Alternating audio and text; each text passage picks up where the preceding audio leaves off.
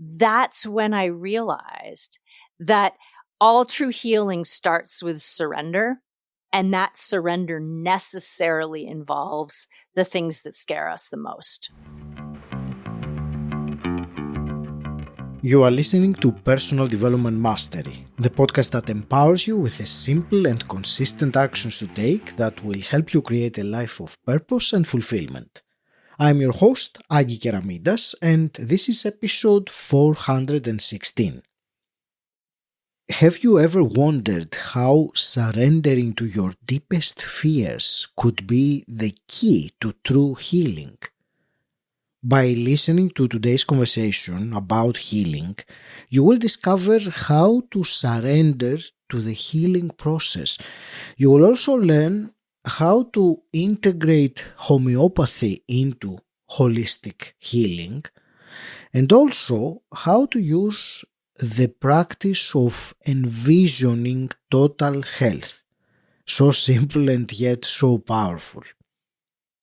Before we dive in, if you enjoy listening and appreciate what we're doing here, the simple, quick favor I'm asking of you is to click the subscribe button. Now let's get started. Today it is my pleasure to speak with Sarah Thompson.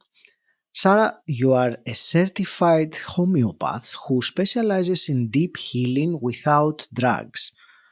After being diagnosed with acute myeloid leukemia in 2010, you embarked on a transformative journey that led you to discover the profound power of natural healing. You are passionate about helping others achieve health by addressing the root causes of their physical, mental, and emotional issues. Sarah, welcome to the show. I'm excited to speak with you today. Thank you so much. I'm really looking forward to being here, Aggie. And so am I. And today, Sarah, I want to explore with you, in a way, finding mastery through understanding our physical, our mental symptoms. And also, I want to discuss the role of homeopathy in all this. Before we go there,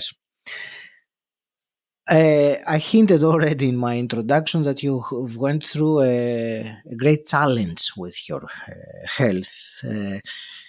What I would really like to personally to find out the most about that story was, where was that turning point when you realized that healing was not what you thought it was, and you changed your focus maybe or direction to different.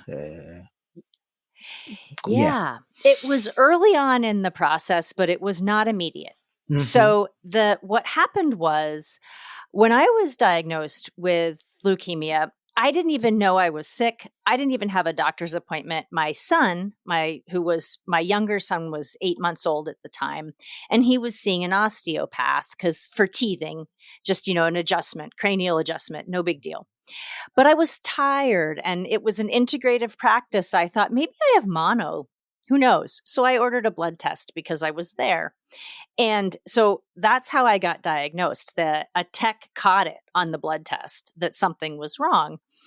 And so when they called me and told me that they initially didn't tell me that I had this diagnosis. They told me that they wanted me to come back in, and I pushed and pushed and pushed. And then finally they said, well, we think you might have cancer. And that had not ever been a part of my framework, because I had what I'd later discovered was really an ego story about my natural lifestyle and my natural health. And I was living in the country, and I was eating this natural, kind of holistic, traditional diet and drinking good water. So I thought I had all the bases covered, but I only was thinking materially. And the ego story was, I have this healthy lifestyle. I'm never going to get seriously sick. I'm someone who would never do chemo, all those things that we tell ourselves when we can, because we don't have to face the choice. And so when I received this diagnosis, my first reaction was completely within that story to say, I'm going to fight this, and I'm going to beat it, and I'm going to prove that can be done naturally.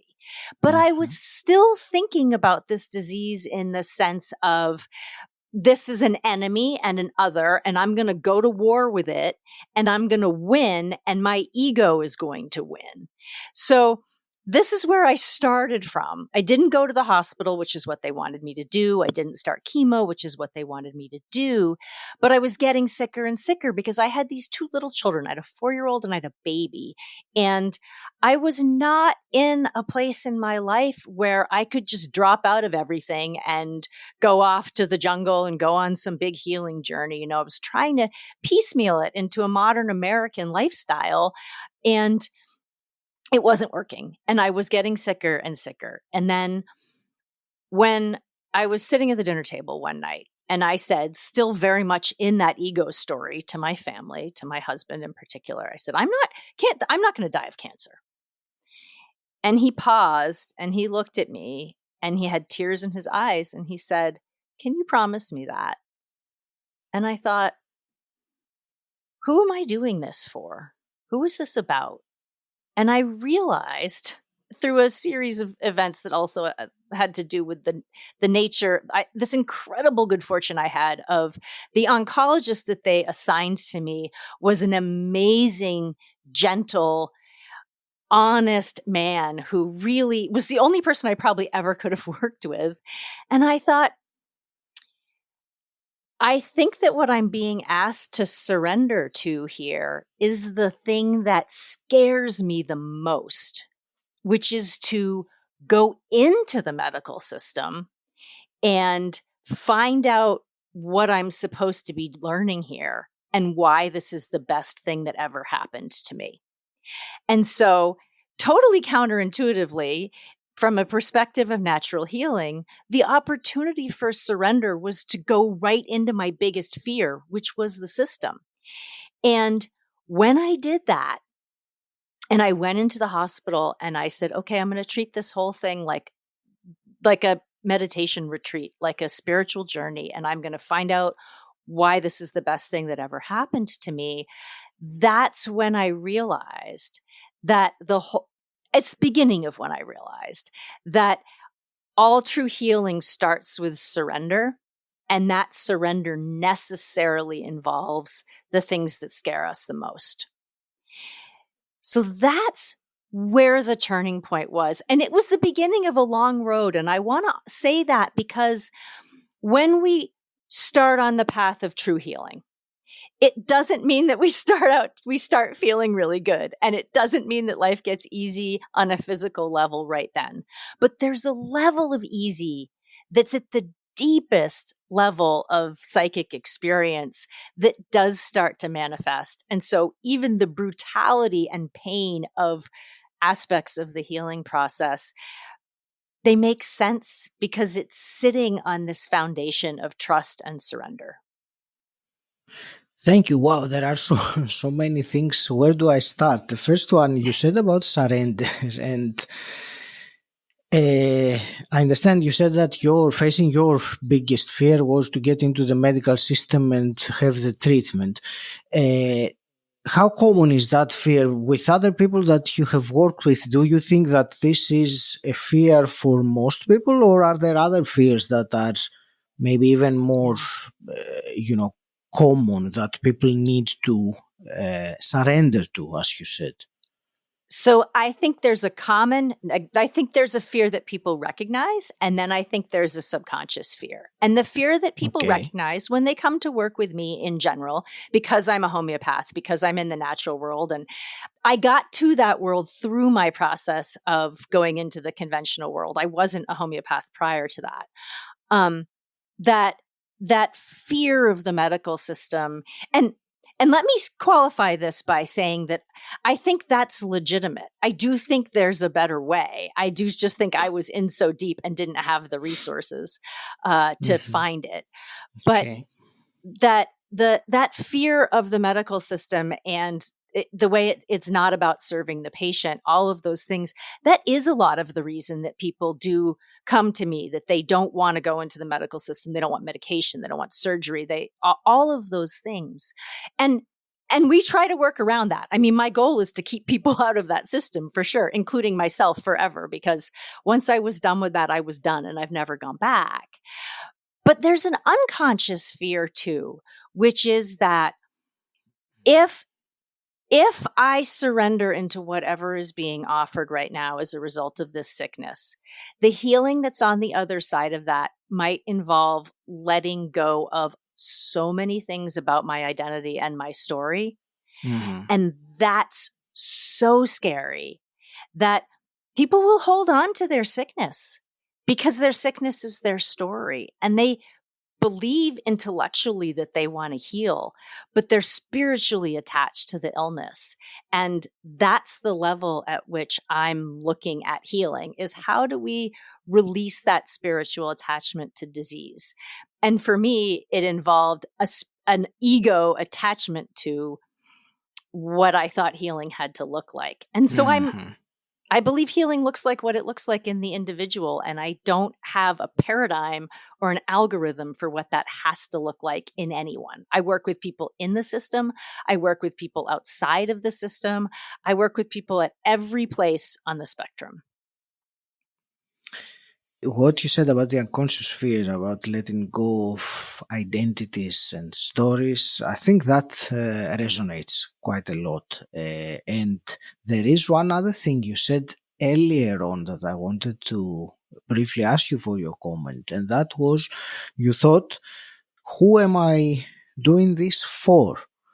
So, can you share how important or how different is the reason behind our desire to heal, and whether it is something that it is for us or for the greater good or our family or whatever else might be bigger than us as our mission. Yeah. So there's the me, that's my identity and my ego. And then there's the me that's my higher purpose here. And the me that's my ego story drives the bus a lot of the time when I'm trying to choose what I need. I get sick and my ego. So now my ego story can sometimes be, well, I'm a homeopath and so I can't get sick, or I'm not supposed to be sick, or I have to figure this out right away. I have those stories all the time. They come up, I see them, I laugh, but they're there. But then there's who I'm supposed to be doing it for, which is my higher and divine purpose. And that encompasses all of the things that I touch, all of the people that I care about, my place, the earth that I'm grounded to, my space and gravity, all of those things. That's who I intend to be doing it for. And I have to remind myself of that when it starts to be the ego me that I think I'm doing it for. And that's a gentle transition that, I mean, it's taken me years. I'm 14 years out of my initial treatment. I'm actually today, as we are recording this, exactly 10 years out from a bone marrow transplant. So today is my 10th rebirthday. And this has been a journey. So I try to remember that at every stage of the way, we need that midwifery. But so that's the who I'm really doing it for. And then the sometimes who I think I'm doing it for. Thank you for the way that you explained that from these different points of view. Let me go back, or rather go forward, because we haven't talked about it so much yet. You mentioned the root cause that underlies, in your case and with everyone's case, there is a root cause. So how does one, let's say someone listening right now, begins to realize that yes, it is much more than what I think it is or what my doctor told me it is. There is a deeper root cause. How does one start to determine what might these root causes of physical issues, mental, emotional issues, where does one start looking for the answers? In my case, in my experience, and in my observations with pretty much everyone that I work with, it comes through a dialogue with the vector for your healing process. So in my case, as a practitioner, I intend to be a vector for someone else's healing process because the process is in them, but I'm part of the dialogue so that we can get outside of ourselves and start bouncing back and forth around this thing. Because if we could intellectually bulldoze our way to it, then health would be no problem. We'd say, I want to be healthy, and we'd be healthy. But it's not a bulldozer process. And so to get there, we go through, so when I'm helping people understand the process, I start with the 2-hour intake where I get the complete picture of whatever is going on. And that's still really only the beginning. 2 hours is not actually enough for anyone to tell their whole story. Most people just don't realize that. But we get started on that and patterns emerge. And those patterns exist on all those planes. There's a physical plane, mental and emotional, and a spiritual plane. And as these patterns emerge, then through the process of conversing about those patterns down the line with through the process of treatment, people are able to start to see in themselves, to have that aha moment of, oh, my pattern's here and here and here. That pattern dynamic goes back to the root. And the interesting thing is that in this type of work, and I believe in true healing work, and there's an ancient debate. There's a debate that's thousands of years old just in the history of Western medicine about which of these two things is true. There are two ideas. One idea is that, and this is what I believe and perceive, we never actually know down to the last sort of subatomic level what is the true root cause. That's not given to us. That's a sort of spiritual kind of entity. So all we can ever do is identify downstream of that, what are the different ways in which this root cause manifests? And as we heal all those things, we heal the root, but we never actually know what it is. As opposed to an alternative viewpoint is there's disease and it's a thing and you cut it out and remove it and then it's gone. And these are both ancient ideas. Mm-hmm. But the one that seems to me to make more sense is the one that heals people. And the one that heals people is the one where we say, I don't have a godlike understanding of what's happening within the system, but I am gifted, as we all are, gifted with the ability to observe and perceive. We use those gifts to be discriminating but unprejudiced in our observations and identify those patterns. And that is what elicits that shift. If you enjoy this episode, can you think of one person that would find it useful and share it with them? I'd really appreciate it. It helps the show grow and you will also be adding value to people you care about. Thank you. And now let's get back to the episode. Thank you for this beautiful answer and the patterns that emerge and observing them the way that you said. I want to bring now what we've talked about so far, to bring it along with homeopathy as well. So can you tell me in a moment, actually before I ask you, what is the personal involvement, or maybe not the personal involvement, how is it connected to what we've been talking about so far? But before I ask you that, let's start with something more basic for in case someone is listening and not sure what homeopathy is. So if you could just briefly explain the fundamental principles of it and how it is different than what most people know about. Yes, and that's a great question because it is different. Homeopathy, sometimes when people think about it, they confuse it with naturopathy or holistic medicine in general. Mm-hmm. And it is its own whole system of medicine, mm-hmm. just in the way that there is a system of medicine that we think of as the Western conventional system. Homeopathy is a whole system of medicine. And it is based on 2 root directives. The first of which is that the job of the practitioner is to bring the client, the patient, to a state of full restoration of health, that is a calling and a mission and the job of the practitioner. And that this state of health has a definition, which is that the vital force, that animating agency, should rule with unbounded sway in the organism and allow our reason-gifted mind to bring us to our highest purpose. That's the job. And it's clearly spelled out in our foundational text that this is what we are supposed to do. And there are 4 principles on which we do that. The first is the individualization of the case. So this is a way that it's different from a lot of conventional forms of medicine, is that each case is unique.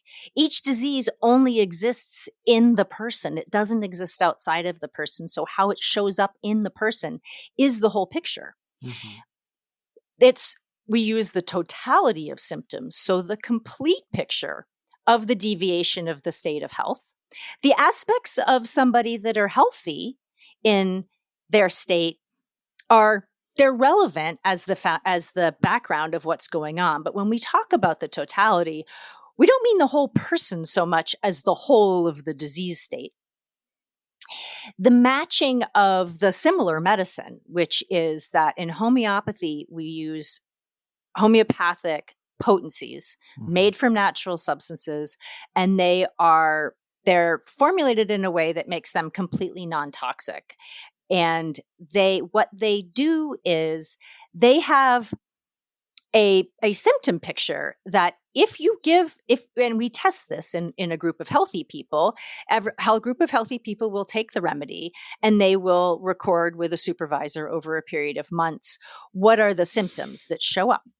And that gives us a reflection, where you feel sensations in the body, where you experience emotional states, dream states, whatever, that we then match to an actual physical disease state in the person.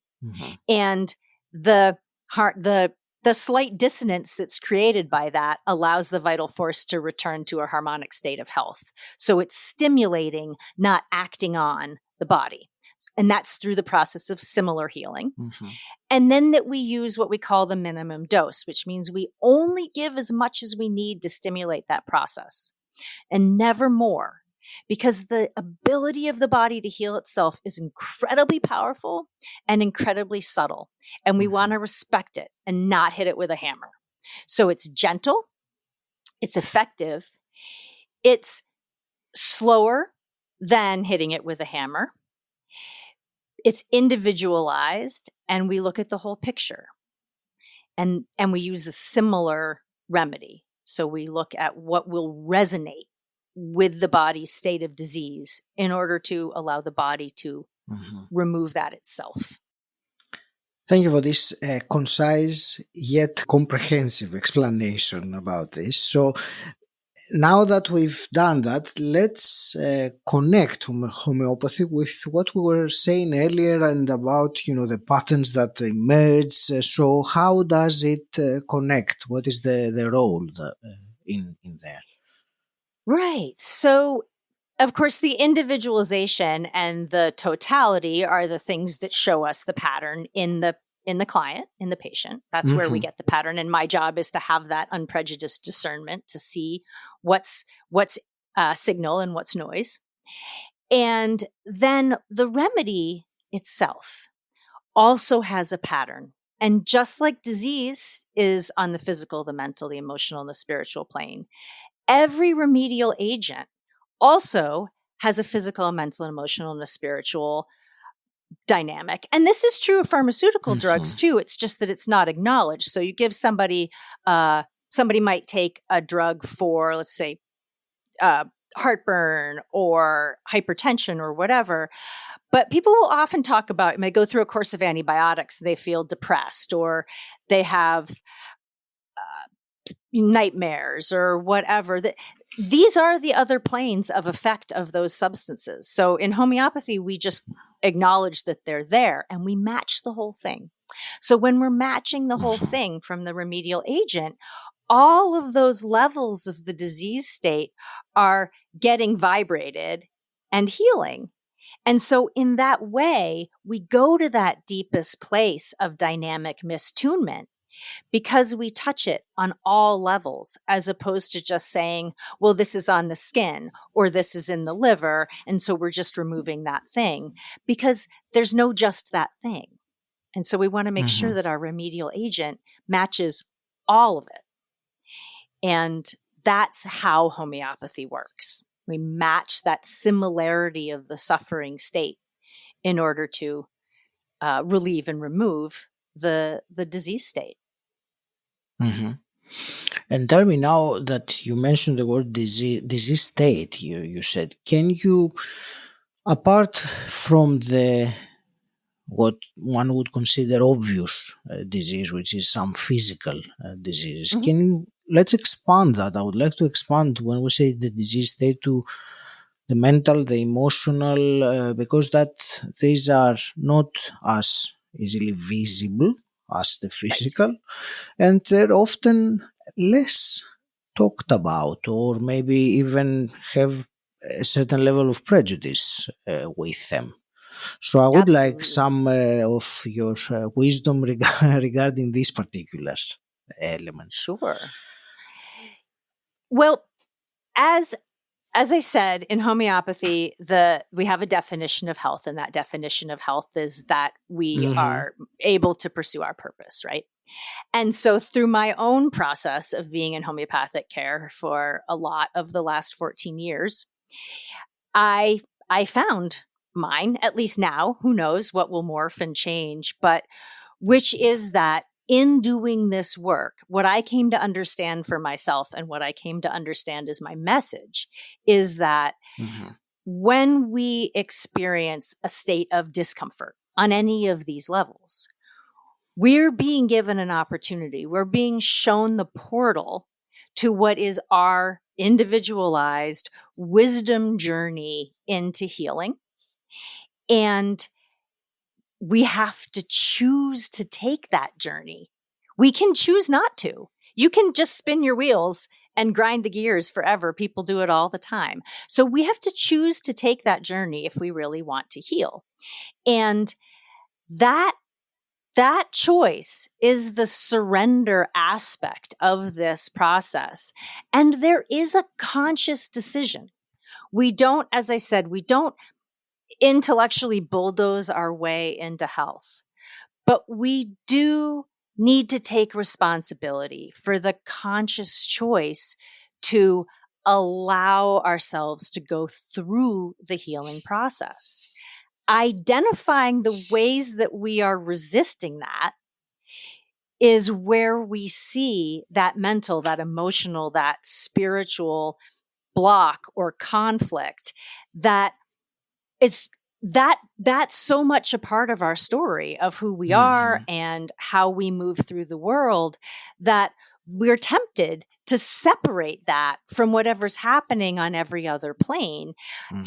If we do that, we are not tapping into the superpower that is, now I feel bad. And that's exciting because it means that there's some next level of healing that wants to happen.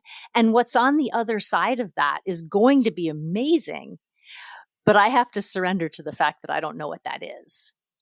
And that choice needs support in the process. And I think that support, it's missing. Even in a lot of holistic care, understanding the need to midwife that aspect of things. If you're really healing from your autoimmune disease or your irritable bowel syndrome or your arthritis or whatever, it's actually all autoimmune.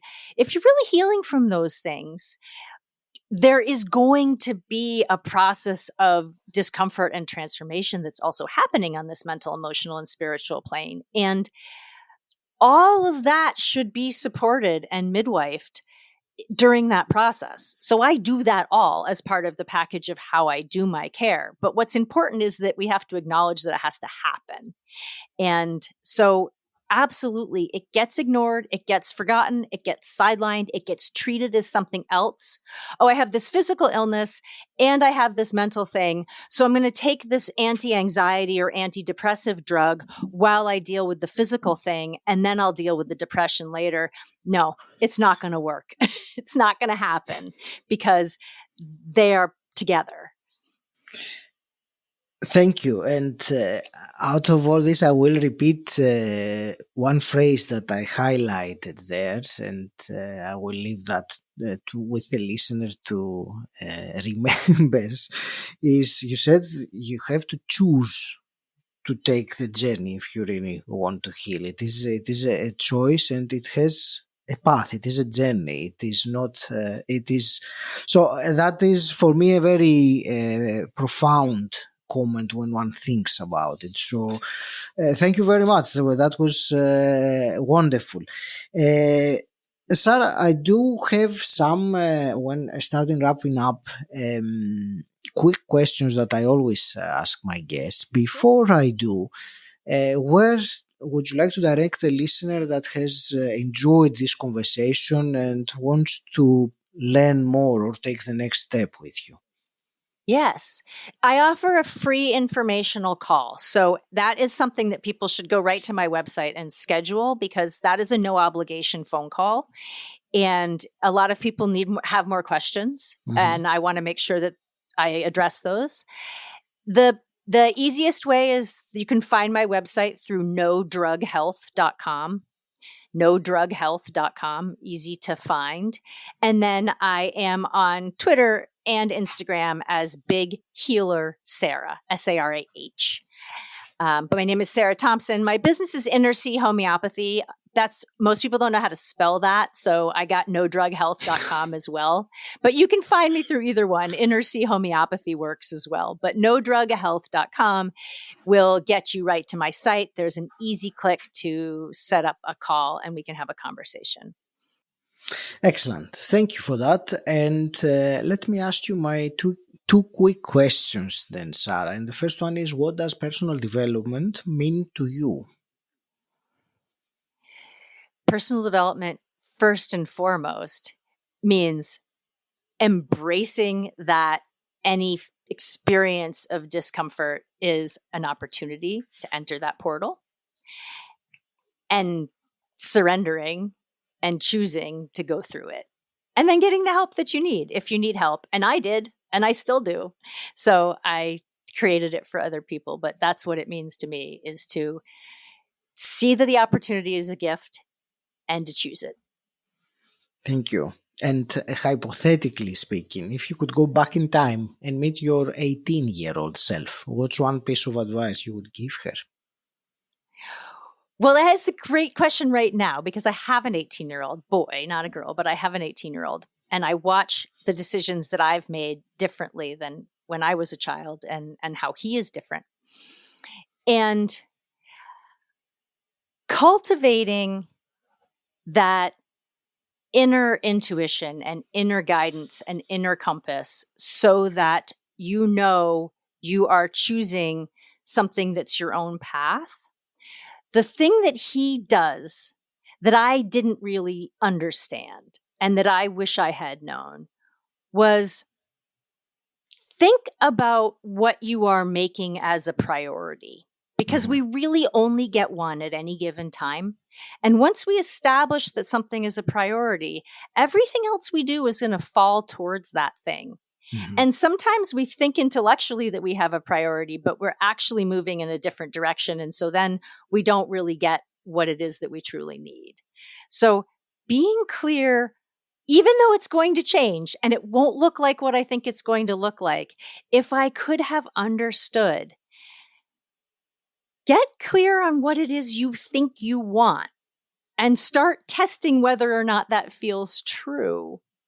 I think I would have avoided a lot of traveling the hard way.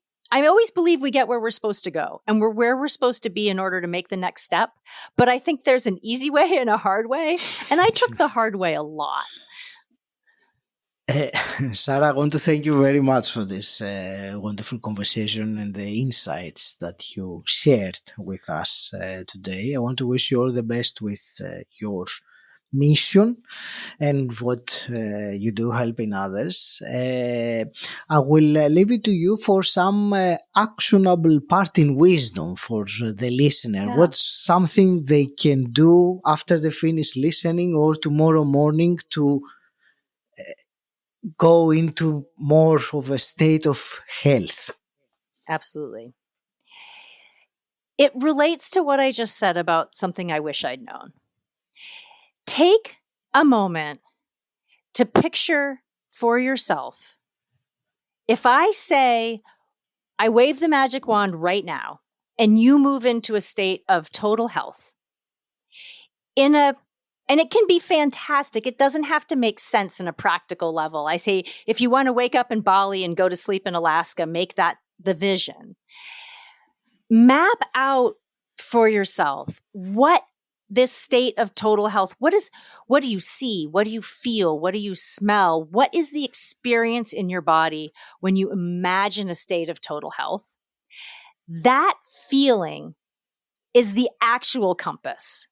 Whatever the outside ends up looking like might not be anything about what you imagine, but it's going to have that feeling. So start to temper that feeling, that part of yourself in the crucible of this process of what would it feel like to be healthy? Because most of us don't know at first, and that has to keep evolving. So wherever you are is great. That's step one. I had a lot of, I know I want this, and I'd get there and say, that isn't actually what I wanted. And this will continue to be true. I'm only 47. So, but that feeling, I get that feeling, and that reiterates. And that's what I most wish for people to have and to hold on to is, what is that feeling?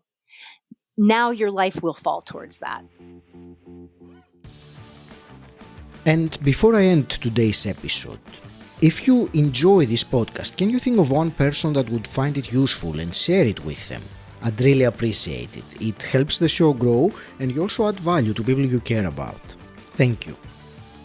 And until next time, stand out, don't fit in,